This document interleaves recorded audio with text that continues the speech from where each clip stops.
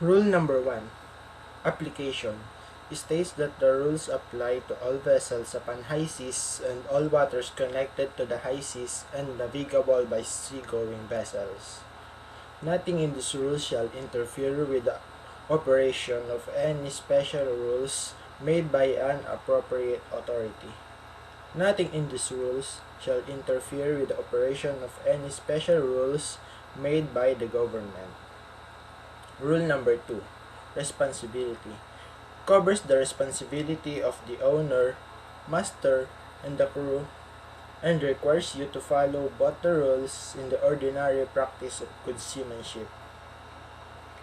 Rule number 3. Definition. The word vessel includes every description of watercraft including non-displacement craft, wing and ground effect, vehicle, and seaplanes used or capable of being used as means of transportation on water. The term power-driven vessel means any vessel propelled by machineries. The term sailing vessels means any vessel under sail provided by propelling machineries if lifted is not being used. The term vessel engaged in fishing means any vessels fishing with nets, lines, trawls, or other fishing apparatus which restrict maneuverability but does not include a vessel fishing with trolling lines or other fishing apparatus which do not restrict maneuverability. The word seaplane includes any aircraft designed to maneuver on the water. The term vessel not under command means a vessel which, through some exceptional circumstance, is unable to maneuver as required by the rules and is therefore unable to keep out the way of other vessels. The term vessel constrained by her draft means a power-driven vessel which, because of her draft in relation to the available depth and width of navigable water, is severely restricted in her ability to deviate from the course she is following. The word underway means that a vessel is not at anchor or made fast to the shore or aground.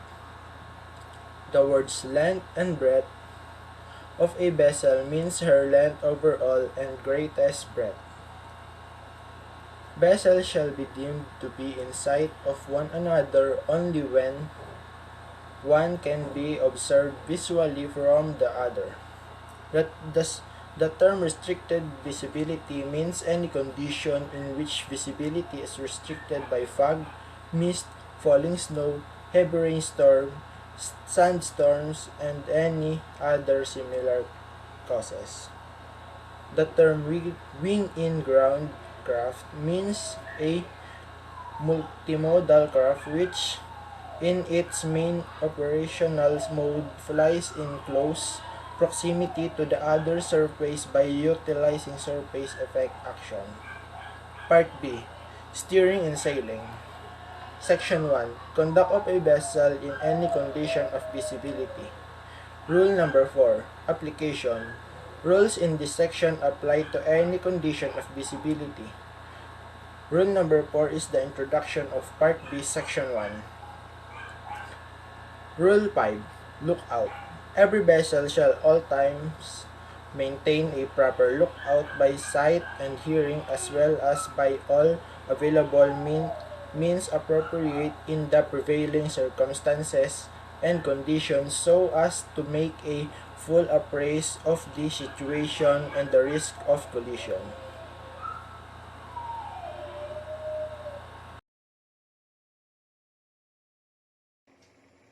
Rule number 6. Safe speed. Every vessel shall at all times proceed at a safe speed, so that she can take proper and effective action to avoid collision, and be stopped within a distance appropriate to the prevailing circumstances and condition. And in Rule 6, we need proper decision making to avoid collision. Every vessel should be at a safe speed so the vessel can make every decision effective. In determining a safe speed, the following factors shall be among those taken into account. Number 1, state of visibility. Number 2, traffic density. Number 3, maneuverability of the vessel. Number 4, presence of background lights from the shore. Number 5, state of wind, sea and current. Number 6, draw to relation to available depth of water. Rule 7, risk of collision. Every vessel shall use all available means appropriate to the prevailing circumstances and conditions to determine if risk of collision exists. If there is any doubt, such risk shall be deemed to exist. Meaning that if you have doubt there could be a collision, you must take an action to avoid it. Because it is better to assume than to ignore it. A collision will happen if neither one of you did not change your bearing. Rule 8, action to avoid collision. This rule explains ways to avoid collision in a safe and appropriate manner. First, every action must be positive. We must ensure that our decisions are correct to avoid collision. After that, you must confirm the other vessel before taking action. And in confirming your action, you must use communication via sound signals or VHF channel. And also, you must take action in ample time, which means you must take action as soon as possible. And lastly, be large enough to be readily apparent, meaning that you need to take an action in a large distance. Rule 9, narrow channel. When approaching a narrow channel, always stay on the starboard side because it is more safe and practicable.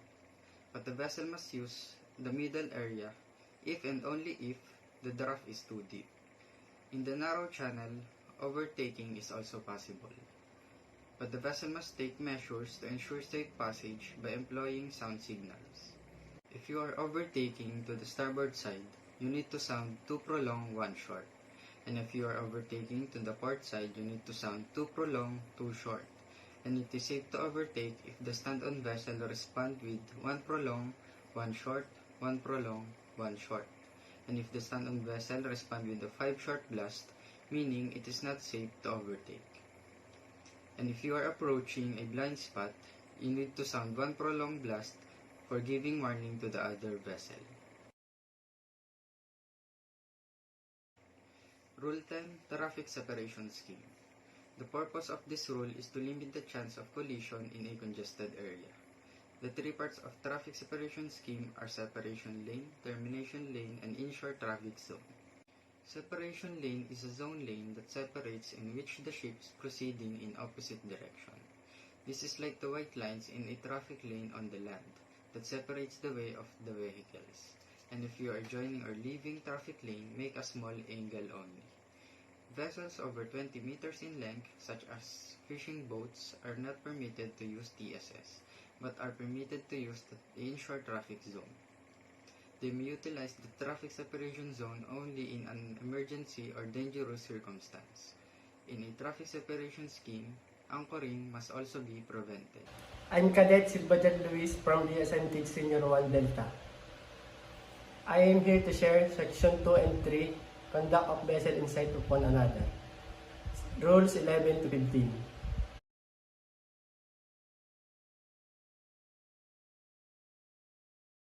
Rule 11. In this section, apply a vessel in sight of one another. It means if you can see other vessel and other vessel see you, you can observe each other through your eyes. Sailing vessel. When 2 sailing vessels approach one another, it has a risk of collision. The other vessel shall give way and the other vessel must keep out their speed and course. Kapag po magkaiba ang hangin, kung sino man po ang nasa port side, siya po ang mag-give way.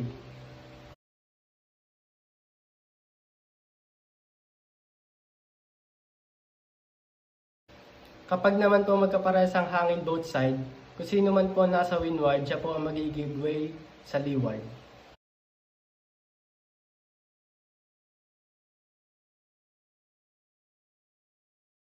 Kung hindi naman po nadidetermine kung nasaan ang hangin, kung sino man po nakakatanggap ng hangin, siya po ang magiging way.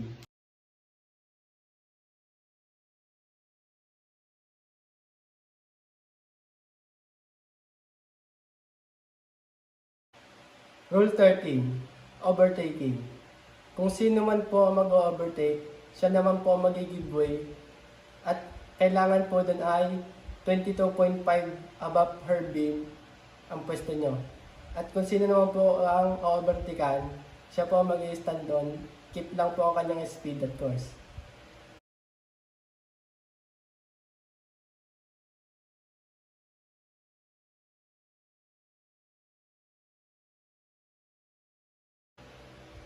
Rule 14, head-on situation.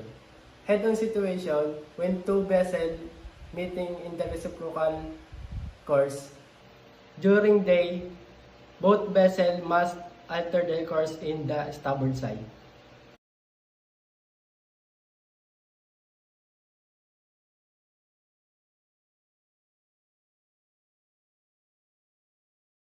Rule 15, crossing situation.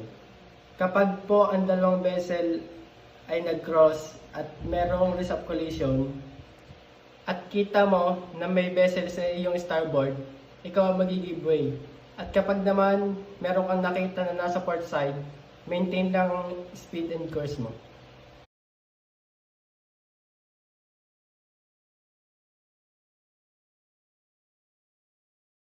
Rule 16. Action by giveaway vessel. Rule 16. Identify and explain of what should be the action of the giveaway vessel. Giveaway vessel is the vessel that takes action to avoid collision. That's why it is state here on Rule 16 that every giveaway vessel is directed to keep out of the way of another vessel. How would I know which is the giveaway vessel? Whoever have the vessel on the starboard side is the giveaway vessel, and whoever have the vessel on her port side is the stand-on vessel. If you are the giveaway vessel, all your action should be taken early and substantial. It should be as early as possible for you to have more time to have distance to another vessel. Rule 17. Action by stand-on vessel. The stand-on vessel should be the one who shall keep or maintain her course and speed simply because she is the vessel who is being avoided. In case that giveaway vessel is not taking an action to avoid a collision, the stand-on vessel may take action as soon as becomes clear to her that the giveaway vessel is not taking appropriate action in compliance with this rule. If that situation happens, she shall take such action as will best aid to avoid collision. If the worst comes to worse and the situation of giveaway vessel not taking an action to avoid occurrence of possible collision, the stand-on vessel should not alter her course at the port side. The best way to go is the starboard side. Rule 17 does not relieve the giveaway vessel of her duty to keep out of the way. Do not rely on stand-on vessel that she will always take action to avoid collision, as that is not her obligation, as she is supposed to maintain her course and speed. It is always the responsibility of the giveaway vessel to take action in the first place. 18. Responsibilities between vessels. Stated in this rule is the vessel that should be avoided by one another, excepted where Rule 9, 10, and 13 otherwise required. Rule 9 being narrow channel, Rule 10 being traffic separation schemes, Rule 13 being overtaking vessel. So we already know, Rule 13 say overtaking vessel always keep out of the way. so the hierarchy does not apply, and Rule 9 and 10 direct specific vessel to avoid specific thing. So what is the hierarchy that establishes? Power-driven vessel shall keep up of the way of a vessel not under command. A vessel restricted is the ability to maneuver. A vessel engaged in fishing and sailing vessel. A sailing vessel shall keep out of the way of a vessel not under command. A vessel restricted in her ability to maneuver. A vessel engaged in fishing.